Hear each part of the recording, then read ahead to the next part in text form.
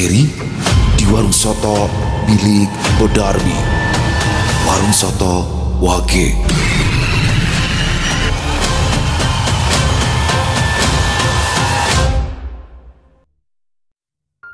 Percaya tidak percaya, kadang segala sesuatu yang terjadi di dunia ini tidak luput dari ulah manusia sendiri.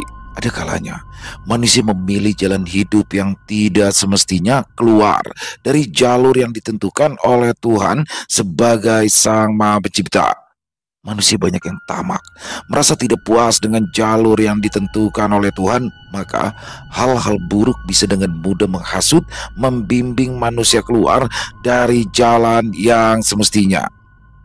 Pagi itu adalah pagi yang tidak pernah aku bayangkan, suatu pencapaian terbesar dalam hidupku karena akhirnya aku bisa membuka usaha warung soto yang sudah aku impi-impikan selama 3 tahun belakangan. Aku membuka warung soto di pinggiran jalan, berderet dengan 3 warung soto lainnya. Jarak warungku strategis, berada di dalam pasar. Sengaja aku memilih tempat tersebut karena menurutku akan banyak mengundang pelanggan. Barangkali ibu-ibu yang habis berbelanja dari pasar kelaparan lalu mampir sejenak dan mencoba soto yang kujual.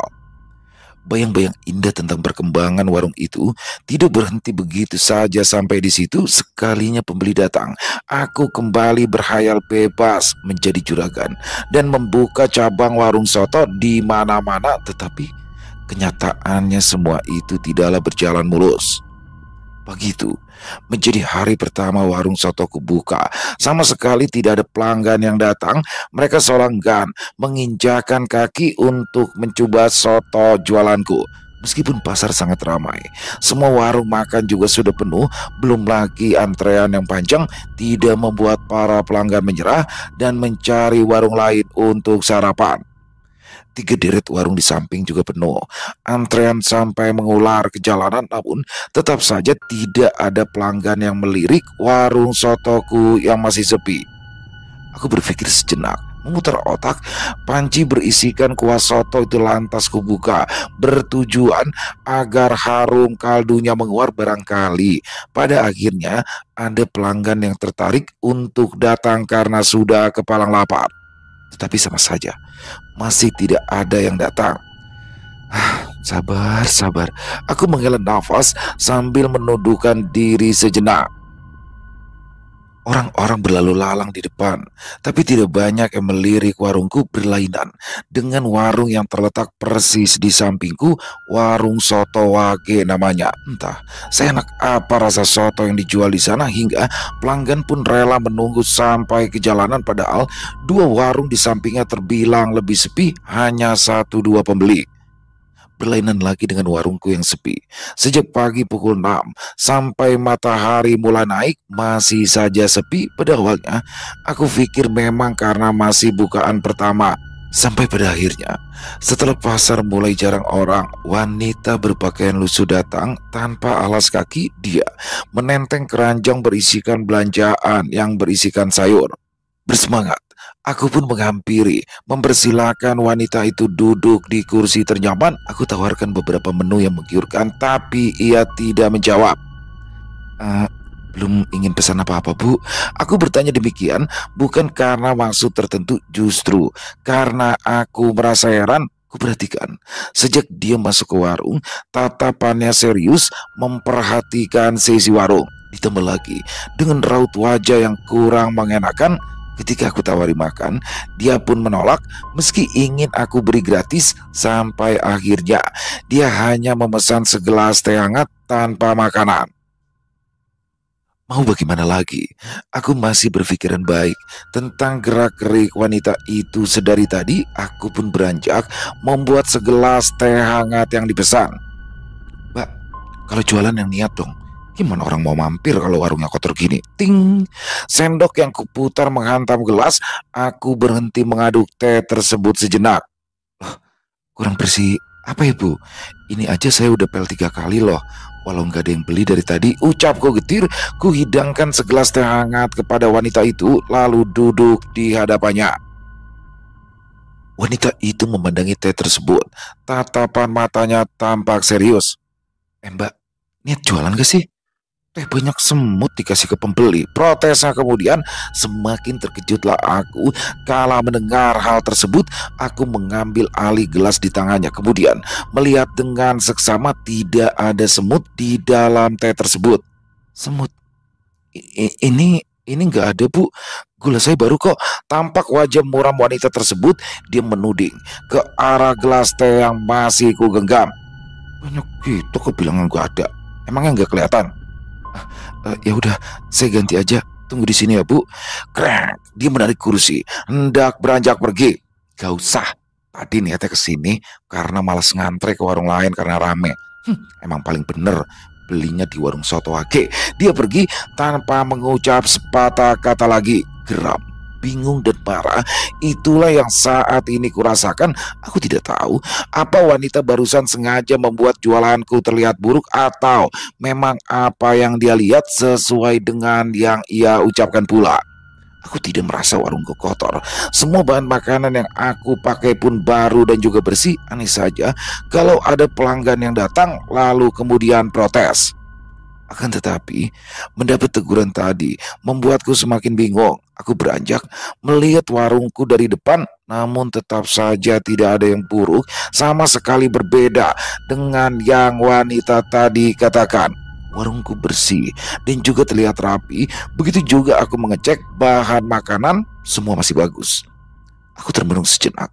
Pikiranku terus berkutat pada kata kotor.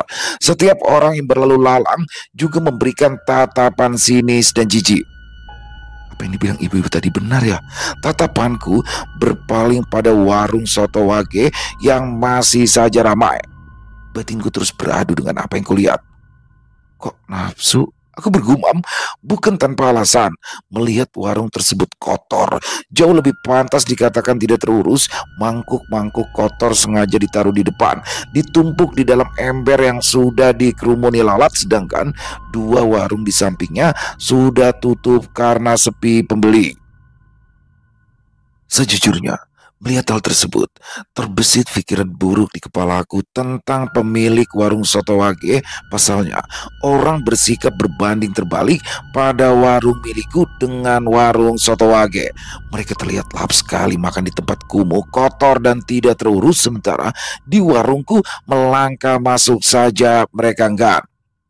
Aku tidak berani berpikir lebih jauh lagi. Sambil berkemas pulang, aku membuang pikiran-pikiran barusan. Masih saja mencoba berprasangka baik. Barangkali memang sotonya rasanya enak, kataku meyakinkan diri sendiri. Hingga akhirnya prasangka baikku itu dipatahkan begitu saja. Sepulang dari warung, aku mendapati ibu menegurku. Dahinya mengkerut. Dia keheranan. Ibu tadi mampir ke pasar. Ibu cari-cari kok warungmu gak ada. Aku yang sudah lemas semakin terasa lemas lagi mendengar hal tersebut. Dua kesaksian aku alami hari ini. Lantas aku mendudukkan diri. Pikiranku kacau kemana-mana. Ku genggam tangan ibu untuk meyakinkan. Bu, warung itu kan di samping warung soto wage. Ibu kan yang milihin tempat itu buat Tina jualan. Apa ibu lupa? Tanya aku segera. Ibuku tampak berpikir dan dia semakin heran lagi. Loh iya ya, ibu tadi lewat sana Din, tapi warungmu ndak ada kok. Ibu lihat samping warung soto wage itu tutup. Bu, warung Dina buka. Ibu salah lihat. Sekali lagi ku yakinkan kesaksian ibu. Dia kini terdiam sambil memutar bola mata. Lama ibu berpikir, mengingat juga ketika dia mampir ke pasar, berharap bahwa kesaksian ibu itu salah besar, atau jika benar berarti memang ada sesuatu yang janggal. Beneran Din, ibu itu tidak lihat warung kamu buka, kata ibu yakin. Lantas helaan nafas kulakukan. Aku berkali-kali berucap kepada Tuan, Bu, mending besok temenin Dina jualan deh, biar ibu lihat sendiri. Di hadapanku, tampaknya ibu mulai paham. Digenggamnya tanganku rat-rat, lalu ikut mengucap. Tidak ada lagi yang kami bahas selain kejanggalan tersebut. Ibu yang masih bisa berpikiran baik terus-terusan meyakinkan aku bahwa itu cuma kebetulan. Tapi Dina nggak salah, Bu. Tina yakin ada yang janggal. Emosiku memuncak, tidak habis pikir. Dengan apa yang terjadi, baru kali ini aku alami. Biasanya, aku hanya mendengar dari cerita dan kesaksian orang, tapi kali ini aku sendiri yang mengalami. Ibu ikut. Kalau memang ada yang gak beres, kata ibuku menutup perbincangan kami. Keesokan harinya, ibu ikut denganku untuk berjualan. Sedari awal, ibu benar-benar memastikan dirinya terlibat. Segala yang dipersiapkan, mulai dari menata meja kursi, juga memasak, semua ibuku yang mengurus. Bersama dengan pasar yang mulai ramai, orang-orang masih sibuk dengan urusan masing-masing, belum ada yang berniat untuk mengisi perut. Beberapa menit setelah membuka warung, baru tampak pemilik warung soto wage datang. Ternyata seorang wanita kira-kira berusia 40 tahunan, masih cantik dan bersih.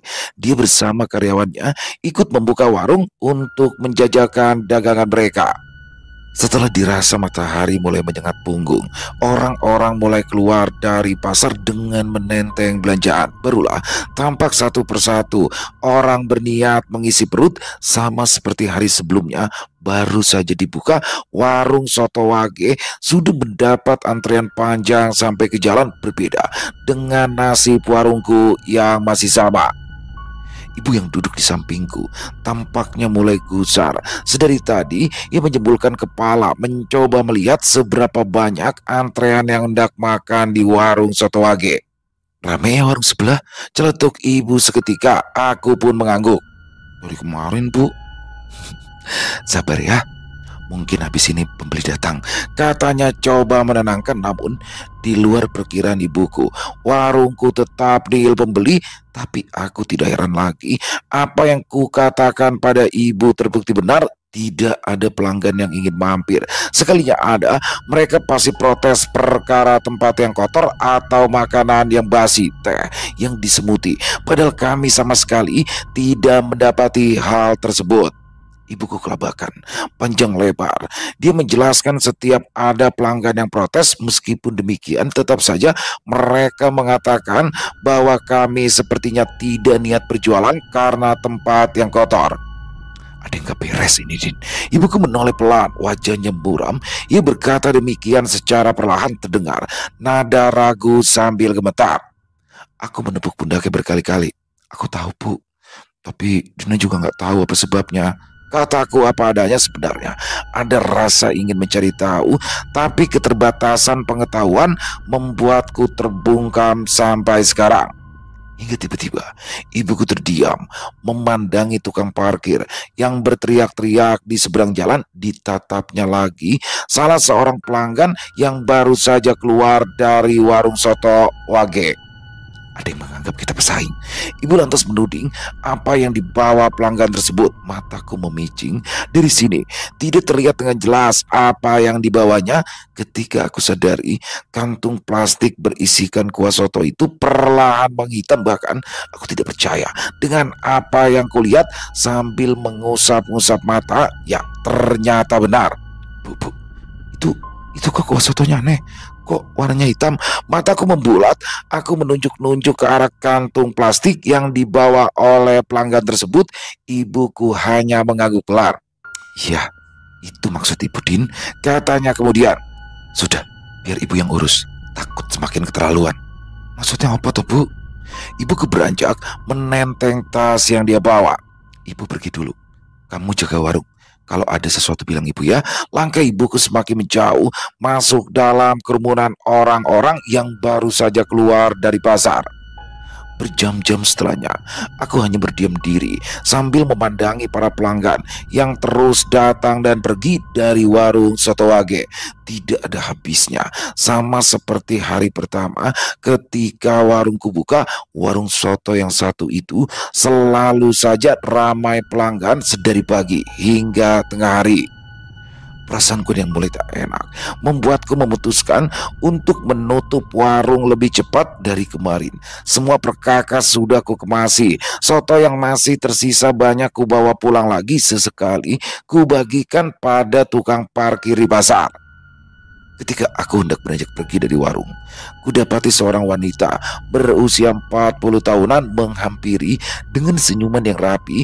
Dia menegur ramah. Tidak ada rasa curiga yang kuberikan padanya meskipun aku tahu dia siapa. Mbak, udah mau pulang? Tanyanya kemudian. Aku membalas pertanyaannya dengan senyuman kecut, lantas mengangguk pelan. Iya, sudah habis punya saya, kataku menutupi diri untuk berinteraksi lebih dengannya. Namun tidak kusangka dia menyodorkan sebungkus soto miliknya. Buat Mbak ya, anggap saja tanda perkenalan. Semoga kita bisa akrab ya Mbak. Tatapanku lekat pada kuah soto tersebut. Anehnya tidak langsung berubah menghitam seperti yang aku lihat tadi. Kenapa Mbak? Maaf ya kalau cuma bisa kasih sebungkus, soalnya sudah pada habis. Kembali lagi dia menyodorkan sebungkus soto itu. Aku bingung bukan main. Gak usah Mbak, lantas tolakan halus kuberikan. Senyumnya yang masih mereka itu pudar perlahan. Reaksi marah, tidak suka, mulai ia tunjukkan. Saya tahu soto kamu dari kemarin tidak laku kan? Makanya saya niat kasih soto saya biar kamu tahu kenapa pelanggan lebih senang mampir ke warung saya.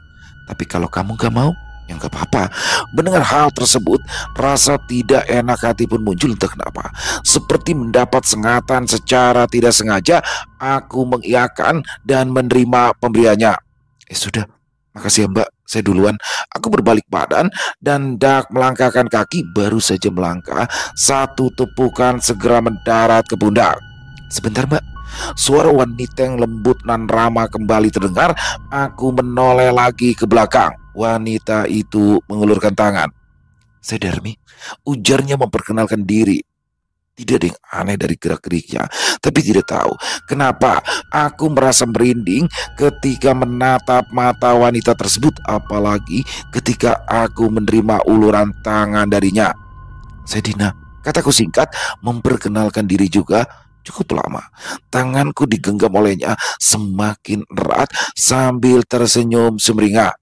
Mbak maaf, saya mau pergi.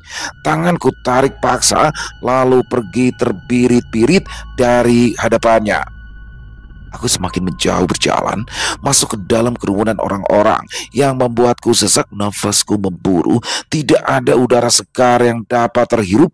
Aroma-aroma tubuh orang-orang di sekitar membuatku semakin muak. Ditambah lagi bayang-bayang wajah Darmi, wanita pemilik warung soto wage itu, seolah menghantui hingga aku berhasil lolos dari kerumunan. Di mana-mana, di sudut pasar, di parkiran, bahkan di jalan raya. Gak beres, beneran ini gak beres. Aku buru-buru pulang. Sesampainya di rumah, kudapati ibuku sudah berdiri di balik pintu. Namun dia hanya diam, tidak ada sambutan yang ia berikan. Kulirik tangan kanannya menggenggam bungkusan plastik hitam. Bu, ekspresi ibuku datar. Dia berbalik badan, kemudian berjalan ke arah ruang tamu, lantas mendudukkan diri di sana.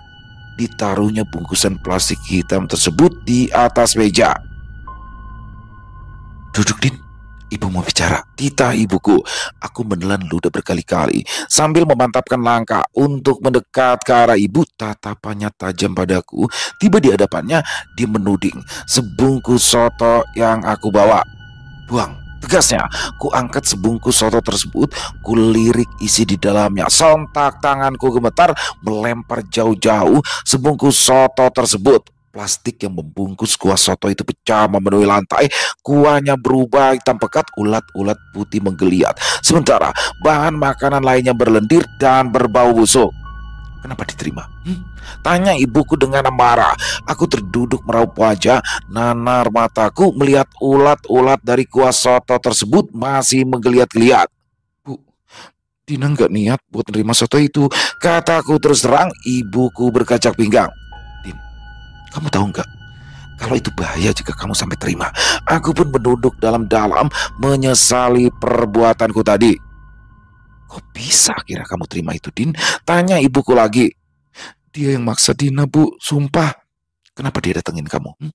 Gak mungkin cuma buat ngasih soto itu aja.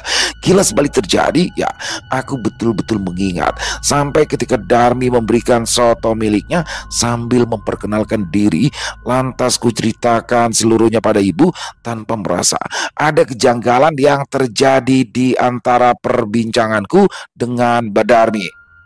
Namanya Darmi, ucapku mengawali. Ya, ibu juga sudah tahu. Ibu menimpali dengan ketus, semakin berdegup jantungku mengetahui ibu yang bersikap demikian. Helaan nafas pun kulakukan. Sebisa mungkin aku bercerita terus terang. Dia ngasih soto itu buat tanda perkenalan aja, Bu. Niatnya biar aku mencoba soto buatannya. Dia tahu soto kita sepi, makanya Dina pengen tahu juga seenak apa sih soto buatannya. Jelasku panjang lebar, ibuku berdecak. Kemudian membuka plastik hitam yang dia letakkan di atas meja. Biar kamu tahu kenapa ibu marah. Ibu heran. Kamu mau nerima pemberian itu? Mataku sontak membulat melihat isi plastik hitam tersebut seonggok tanah yang masih basah, lalu dikorek lagi dalamnya oleh ibu berisi kain lusuh yang isinya berupa bangkai hewan. Aroma bangkai menguar, menyentuh cuping hidungku, membuat perutku merasa mual. Ibu dapat dari Pak Jarot. Aku terdiam sejenak. Pak Jarot, Bu? Iya, dari warungmu. Sontak aku merasa berat di punggung. Aku mengempaskan tubuh pada sandaran kursi, tak henti-henti mengucap pada Tuhan. Aku berpikir berkali-kali, apa maksud dari benda tersebut dan siapa pelakunya. Kamu gak sadar, Din? Pelakunya itu naruh bungkusan ini di bawah gerobak warungmu. Tambah ibuku, semakin terkejutlah aku mendengarnya. Padahal setiap hari aku membersihkan warung sampai detail terkecilnya, maka aku tidak bisa pikir jika sampai tidak menyadari ada bungkusan semencolok itu di bawah gerobak warungku. Siapa pelakunya, Bu? Aku bertanya sembari mengatur nafas yang mulai terengah-engah. Akan tetapi ibuku menggeleng. Dia pun tidak tahu siapa pelakunya, bahkan pada seseorang yang dia curigai, yaitu Darmi. Pak Jarod cuma bilang pelakunya ada di dekat kamu, tapi dia pun gak tahu siapa. Pak Jarod yakin dukun orang itu lebih sakti dari Pak Jarod. Jelas ibuku. Darmi, ya, Bu. Ibuku menggeleng lagi, tanda bahwa dia benar-benar tidak tahu menahu siapa pelakunya. Apa kita bisa minta bantuan ke Pak Jarod? Ibuku semakin diam, dahinya mengkerut, bibirnya dilipat ke dalam. Ibu berpikir keras, namun aku tidak tahu apa yang ada di pikirannya. Soal itu biar ibu yang urus. Ibu pastikan besok tidak ada lagi yang begitu-gituan. Ucap ibuku sangat yakin, namun dari kalimat yang ia lontarkan tidak sesuai dengan raut wajahnya yang seolah menutupi sesuatu. Ibu tidak ingin aku tahu. Aku tidak habis pikir dengan apa yang terjadi. Bahkan perkara-perkara mistis semacam itu tidak pernah aku alami, baru kali ini. Waktu berlalu begitu cepat. Hari ketiga setelah kejadian aneh itu kini tidak lagi terulang. Bahkan pagi ini warungku mulai banyak pelanggan. Tidak ada lagi protes tentang tempat kotor ataupun makanan basi. Denting sendok terdengar ramai. Celoteh-celoteh kecil para pelanggan membuat suasana warung semakin hidup. Berbeda dengan warung Darmi yang hari ini terlihat sepi. Tidak seperti biasanya, pelanggan jarang datang. Bahkan antrean saja tidak sampai ke jalanan. Sejujurnya aku mulai merasa heran. Perasaan tidak enak turut datang. Entah bisikan dari mana yang membawa niatku berkunjung ke warung Darmi. Ketika langkahku masuk, hawa panas terasa lekat. Kulihat para karyawan Darmi berlalu lalang kebingungan. Ada juga yang berulang kali membuka tutup panci. Wajah mereka cemas sekalinya ada pelanggan yang datang tiba-tiba tidak betah dan meninggalkan makanan mereka yang tersisa. Kenapa, Mbak? Aku bertanya pada karyawan yang sedari tadi membuka tutup panci. Dia juga tampak kebingungan. Kadang-kadang ia menutup hidung, gerak-geriknya terlihat mencurigakan. Dia menoleh kaget, kemudian berjalan sedikit mundur menjaga jarak dariku. Enggak apa-apa, Mbak, katanya terbata-bata menjawab pertanyaanku. Tiba-tiba saja cuping hidungku meraba aroma busuk dari sekitar. Mataku melirik mencari asal aroma busuk tersebut. Mbak, Itu aku menuding ke arah isi panci buru-buru. Karyawan tersebut menutup panci. Dia mendorongku dengan amarah, wajahnya sudah cemberut kaget. "Pergi, ngapain kamu di sini? Tukasnya segera." Aku bingung bukan main. Mendapat perlakuan tersebut, isi panci yang kulihat persis dengan kuah soto yang kubawa pulang ke rumah. Kuah soto tersebut hitam pekat. Isinya ulat-ulat putih yang masih menggeliat, bulu kuduku menegang. Setengah melangkah, aku kembali terdiam tertegun mengingat apa yang kulihat barusan. "Pergi, ngapain masih di sini?" teriak karyawan itu lagi. Beberapa pasang mata langsung mengarah padaku dan karyawan tersebut termasuk dengan pelanggan yang asik makan di warungku. Mendengar teriakan itu, perhatian mereka teralihkan segera, namun sesaat pandangan mereka beralih kembali pada semangkuk soto yang ada di meja. Sementara itu, aku kembali dengan tubuh gemetar. Dugaan tentang pelaku yang sengaja mencurangi warungku langsung tertuju pada Darmi. Kupikir kericuan itu hanya terjadi sampai di situ saja, namun aku salah. Kericuan itu terjadi lagi beberapa menit setelah aku kembali. Dari warung Soto Wage terdengar suara teriakan wanita yang melengking, kemudian beralih menjadi raung kesakitan. Pelanggan yang tadinya duduk manis menikmati makanan mulai terganggu dengan suara tersebut. Mereka berhamburan, ada yang segera pergi untuk pulang, ada juga yang mulai berkerumun memenuhi warung milik Darmi. Aku ikut-ikutan masuk ke dalam kerumunan, riuh dari dalam. Bisik-bisik orang-orang yang menyaksikan, mereka kebingungan apa yang sedang terjadi di dalam warung tersebut, sampai akhirnya beberapa karyawan kelabakan keluar dari dalam. Wajah mereka semua pucat pasi. Lalu seorang wanita yang sudah tak sadarkan diri digendong oleh beberapa karyawan lainnya. Sontak ketika wanita itu dibawa keluar, bau busuk pun menyeruak. Orang-orang yang berada di kerumunan segera menutup hidung. Perutku rasanya seperti diremas sakit, mual, apalagi setelah mengetahui siapa wanita yang dibawa keluar. Ternyata dia adalah Darmi yang sudah tak sadarkan diri. Entah apa yang terjadi dengannya. Seluruh tubuh wanita itu memar, menghitam, wajahnya seperti terkena luka bakar sehingga tercium bau busuk dari asal luka bakarnya. Batinku bergejolak. Aku segera menerka-nerka apa yang sebenarnya terjadi dengan Darmi. Ada karyawan yang menangis, bersandar di samping gerobak sambil memperhatikan Darmi yang dimasukkan ke dalam mobil. Aku mendekati karyawan tersebut. Meski setengah ragu, aku memberanikan diri untuk bertanya, "Kenapa, Mbak?" Mendengar pertanyaanku membuatnya semakin menangis sesenggukan. Dia meraung-raung memanggil nama Darmi. "Mbak Darmi, Mbak Darmi!" teriaknya sambil menangis. "Iya, Darmi, kenapa, Mbak?" tanya aku lagi. Dia melirik, menyeka air mata yang membasahi pipinya. Tiba-tiba dia mendorongku tanpa sebab. "Jangan ikut campur," tegasnya. "Ikut campur apa ya, Mbak?" Merasa tidak terima mendapat perlakuan tersebut, namun karyawan itu malah semakin menuding sambil marah-marah. "Mbak Darmi nggak bakal seperti itu kalau nggak ada kamu. Semua itu gara-gara kamu." Kemudian dia berteriak-teriak menyalahkanku tanpa sebab. "Kalian semua, dia ini yang punya gara-gara. Karena wanita ini, Mbak Darmi, jadi begitu. Bawa pesugihan, ngurusin rezeki orang, nyurangin usaha orang."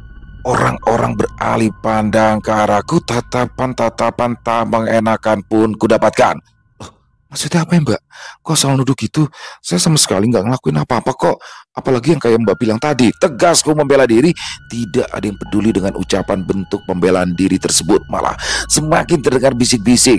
Orang-orang yang berkerumunan, mereka mulai melempar tuduhan yang tidak terhadapku, padahal mereka tidak tahu apa yang sebenarnya terjadi. Bahkan aku sendiri yang mendapat tuduhan tersebut tidak mengerti apa yang karyawan itu maksud. Karyawan itu masuk, entah ada urusan apa.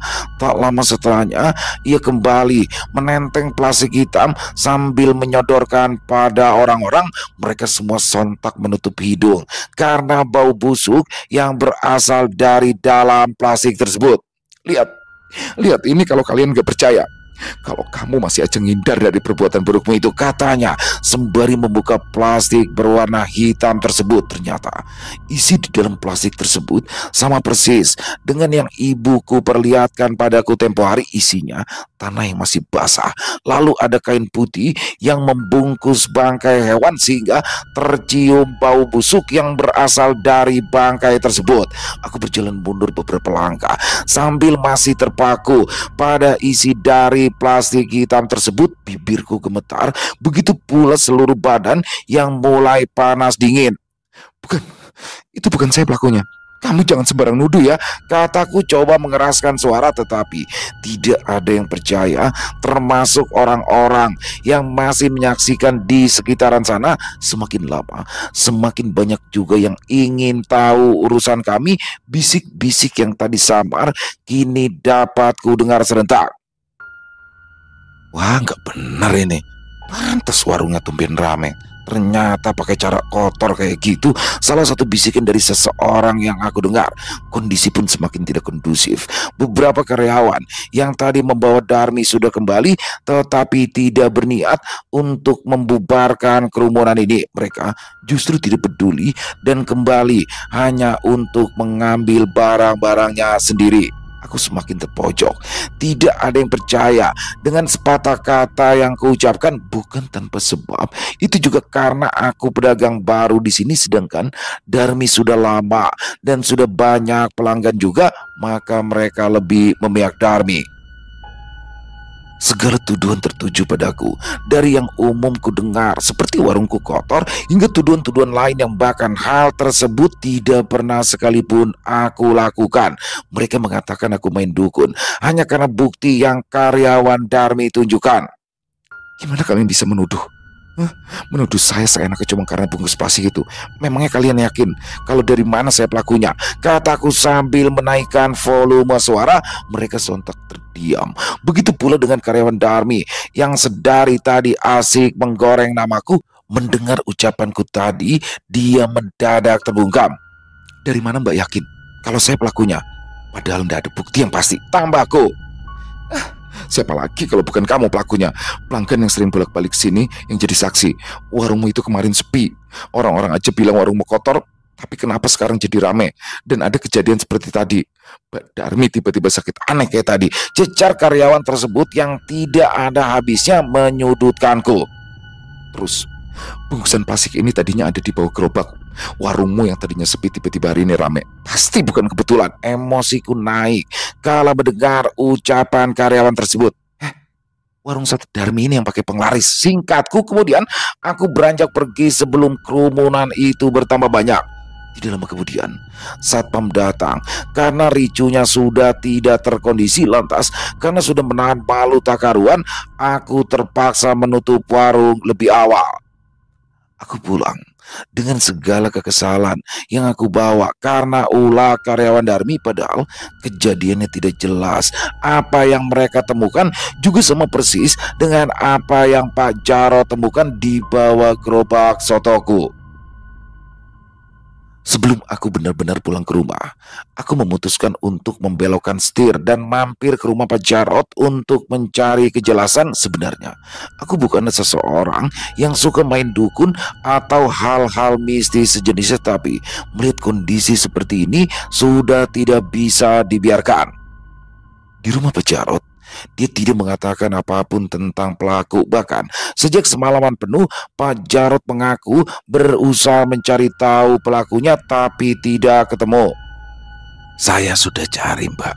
Sambil menggeleng, Pak Jarot kembali berkata, Nihil, seperti yang saya katakan ke ibumu, sepertinya pelaku itu punya dukun yang lebih sakti. Makanya dia bisa pasang pembatas agar supaya orang seperti Mbak yang ingin cari tahu pelaku kecurangan itu gak bisa melihat siapa pelaku aslinya. Aku terbendung sambil berkali-kali meraup wajah. Pikiranku terus berkutat mencari tahu siapa pelaku asli dari kecurangan tersebut.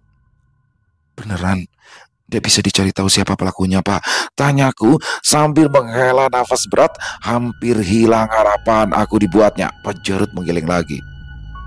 Tidak bisa, Mbak. Tapi pelakunya yang paling dekat dengan warungnya Mbak Darmi, Pak. pemilik warung soto wage yang di samping warung saya. Pak Jarod mengelus dagu, berpikir sejenak hingga urat-urat kepalanya terlihat jelas, namun dia tetap tidak bisa memastikan terlihat raut wajahnya yang takut, juga menyembunyikan sesuatu dariku yang membuat perasaanku memburuk, entah akan ada kabar baik atau buruk. Tapi dengan melihat gelagat Pak Jarod yang demikian, aku jadi ragu. Sekali lagi kupastikan padanya, tapi secara terpaksa aku menceritakan kejadian yang terjadi di pasar. Kalau pelakunya memang Darmi, kenapa dia juga menemukan benda yang sama, plastik hitam yang isinya tanah basah dengan bagai hewan? Sontak Pak Jarod menegakkan punggung. Dia mengerja berkali-kali, sesekali melenggu pelan, lantas dia tampak cemas. Aduh, yang kamu bicarakan ini benar, tanyanya. Aku mengiyakan. Iya Pak, itulah yang buat saya bingung. Kalau memang pelakunya Mbak Darmi, kenapa dia juga seolah dapat kecurangan yang sama? Pak Jarod mulai kebingungan sesekali. Kulihat keringat menetes semakin deras, menuruni pelipisnya di mendongak, kemudian menoleh ke arahku sambil berdeham berkali-kali. Begini Mbak, sebenarnya ada yang ingin saya bicarakan kepada Mbak Dina. Jantungku mulai berdegup kencang mendapati Pak Jarod mulai mengeluarkan selembar kertas yang dia simpan di saku bajunya. Dibukanya kertas tersebut, lalu disodorkan kepadaku.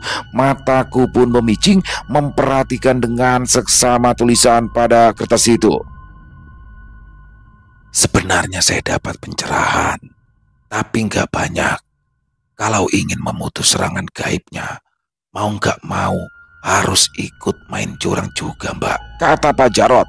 Barulah kusadari maksud dari tulisan yang ada pada kertas tersebut. Isinya petunjuk di mana pelaku itu berada, tapi juga tidak begitu jelas ditulis oleh Pak Jarod. Hanya beberapa tanda seperti patung kepala sapi, jimat dengan ukiran kembang kantil dan inisial pelaku. Kalau memang Mbak Dina mau usaha untuk sekedar tahu siapa pelakunya, coba cari ciri-ciri yang saya tulis di situ. Tapi untuk inisial pelaku, belum tentu juga yang Mbak curigai sekarang, tambah Pak Jarod. Dahiku mengkerut tajam. Aku mencoba mengingat setiap detail yang ada di warung Darmi ketika tadi aku berkunjung ke sana. Apa ini sudah pasti Pak? Tanyaku kemudian. Pak Jarod lantas mengangguk. Ya, pelakunya pasti punya itu di warung Mbak. Tapi saya ingatkan lagi, kalau Mbak sekedar ingin tahu pelakunya, cobalah cari ciri-ciri itu. Tapi kalau Mbaknya ingin memutus serangannya, harus dengan cara yang curang juga. Cerocos Pak Jarod yang tidak aku mengerti apa maksudnya. Aku terdiam sejenak, berganti dengan memikirkan maksud ucapan dari Pak Jarod tentang kecurangan. Seperti apa yang dibutuhkan? Saya harus apa ya Pak? Di depanku, Pak Jarod tersenyum. Dia mengeluarkan lagi selembar kertas lain yang disimpan di dalam sakunya. Syaratnya ini Mbak, disodorkannya kertas tersebut. Loh, maksudnya saya harus pakai hal mistis juga Pak?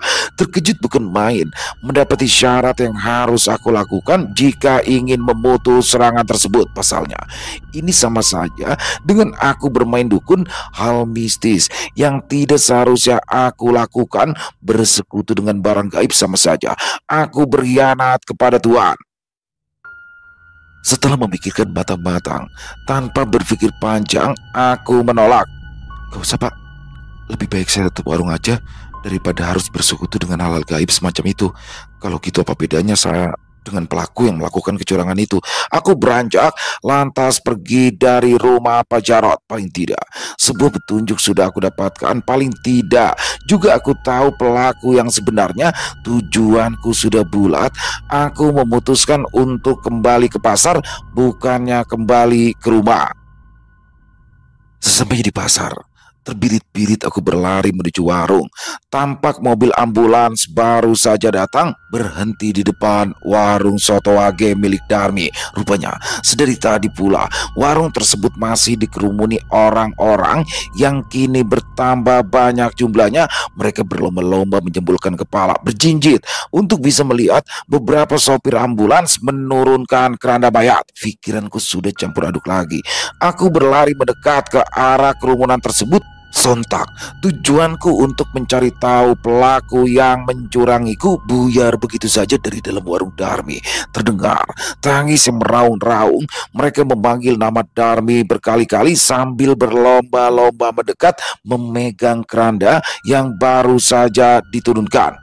Aku masih mencerna keadaan, mulutnya menganga lebar. Begitu pula mataku yang terpaku dengan seseorang yang dibungkus kain kafan. Wajah itu sudah pucat pasi, masih terdapat luka-luka seperti luka bakar yang mulai kering. Lantas kakiku terasa lemas, badanku gemetar, bahkan aku sampai mengusap-ngusap mata. Barangkali salah melihat siapa seseorang yang dibungkus kain kafan. Akan tetapi, aku menyadari seseorang yang kulihat benar-benar seseorang yang kucari-cari. Ya, Darmi di sana, terbaring apa adanya di dalam keranda. Dia dibawa kembali ke warung, sebab itu pun rumahnya. Darmi, mataku beralih ke seluruh isi warung Darmi. Meja kursinya sudah ditata rapi. Karyawan yang masih di sana membuat jalan untuk berlalu lalang. Tak kudapati apapun yang ditulis di dalam kertas Pak Jarot. Jika memang benar Darmi adalah pelakunya, pastilah paling tidak dia memajang salah satu ciri-ciri yang disebutkan. Namun tidak sama sekali. Ya, dugaanku salah. Bukan Mbak Darmi pelakunya. Meskipun memiliki inisial sama dengan pelaku asli, tapi justru Darmi yang menjadi korban hingga ia meregang nyawa.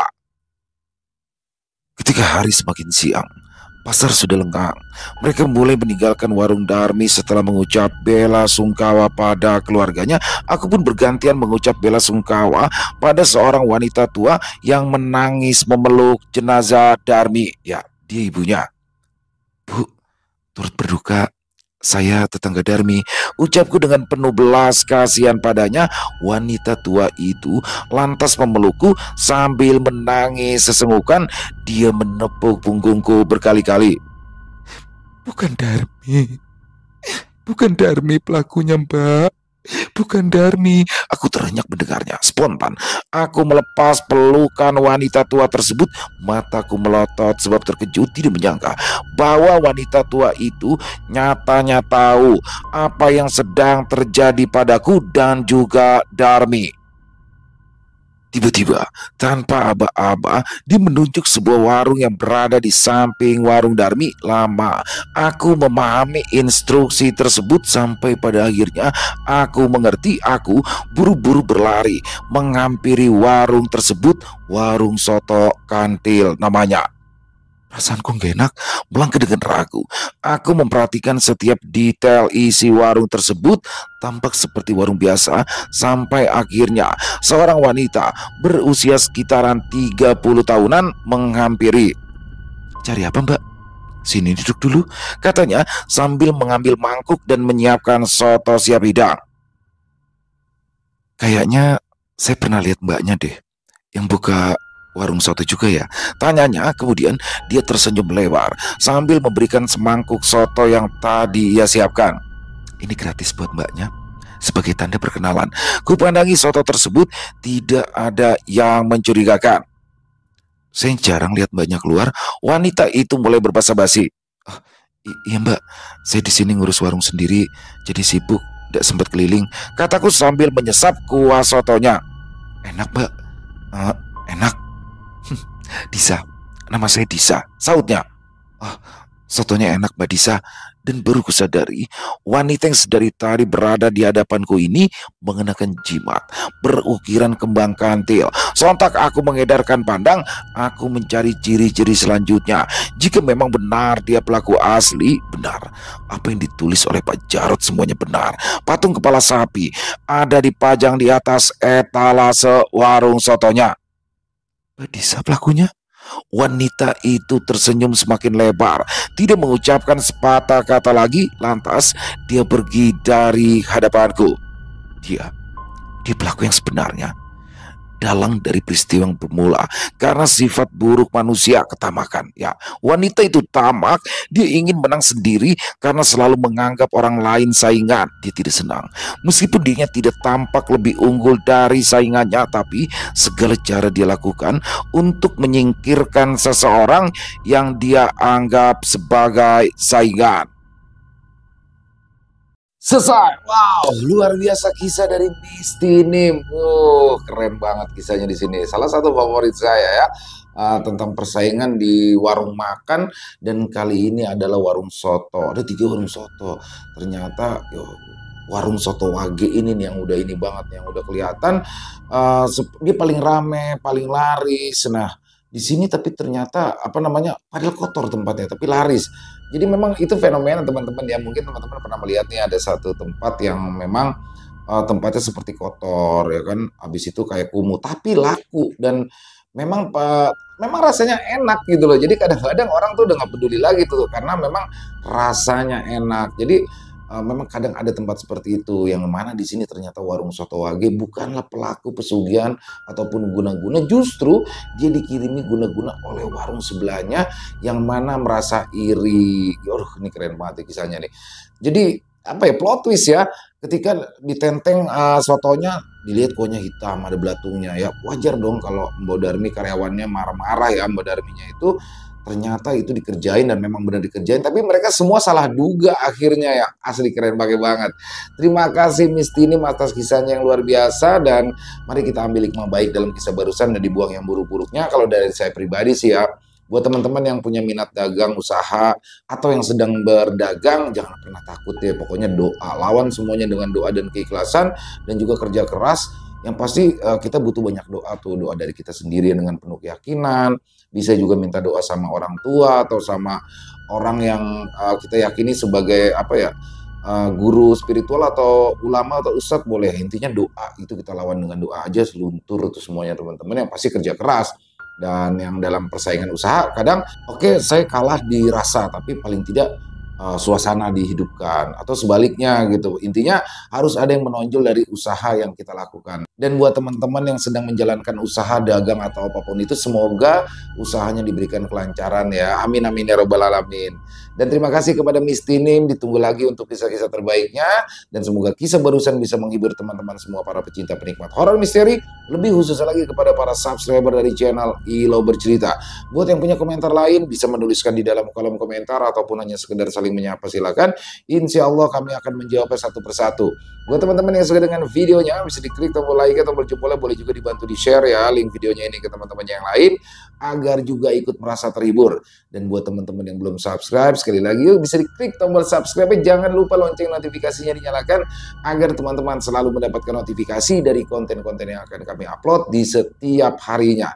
Untuk channel Ilo Bercerita kami upload setiap hari ya, setiap malam jam 9 malam waktu Indonesia bagian Barat. Dan kami juga mengucapkan terima kasih kepada seluruh teman-teman yang sudah selalu setia hadir, yang sudah selalu mendukung kami, karena teman-temanlah kami selalu bersemangat berkarya di setiap harinya. Oh iya, buat teman-teman yang mungkin punya kisah horor misteri yang mungkin berkenan dibawakan di channel kami, silakan bisa mengirimkan ke nomor telepon kami yang ada di sini. Bebas ya, kirimannya boleh dalam bentuk tulisan, boleh dalam bentuk rekaman suara, senyamannya teman-teman aja.